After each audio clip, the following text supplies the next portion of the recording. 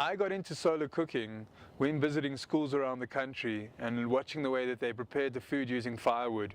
I'd seen the technology in Zambia and I just thought this is an absolute no-brainer. Here is a way for people in Africa to cook at no cost, making no emissions, and it's completely clean and sustainable. One of these dishes behind you continues cooking for 10 years. If we put this dish out in 2010, it will continue cooking till 2020.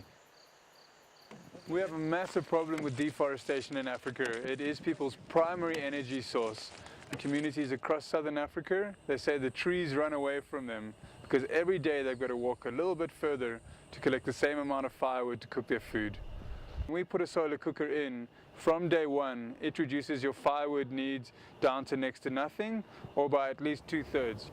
It's low-cost, high-impact technology. The solar cookers are relatively inexpensive. One of the big problems is they're not accessible in southern Africa, so we're going to be getting on the road to try and help with that. The people that are collecting firewood are the same people who really are not on a financial system, so they do not have a lot of money and resources available to them. No matter how cheap we make the cookers, we still can't reach the people that we really need to reach, and therefore we need funding in order to be able to do that. Solar cookers can create carbon offsets. They reduce emissions by the simple fact that food cooked on a solar cooker doesn't require firewood, which releases emissions, which then makes the solar cookers eligible for carbon financing. For the last 4 years, we've been working in and developing carbon trading mechanisms, whereby we're able to put out solar cookers into communities that's financed through the carbon markets.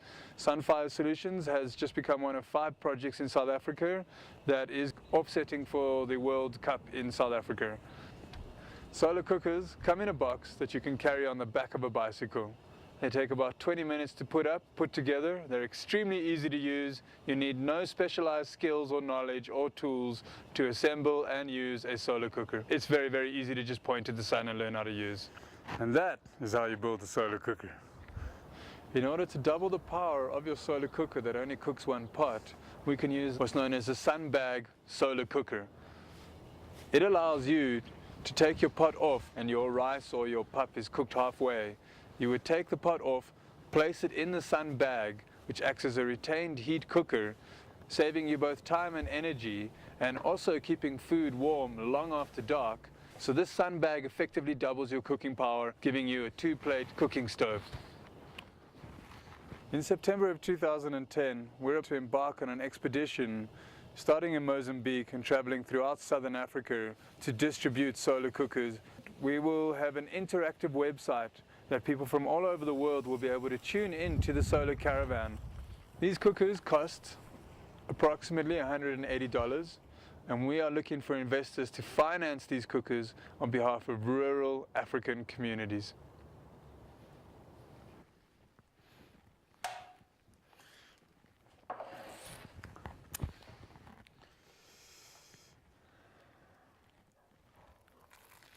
The best sloppy joes in Joburg.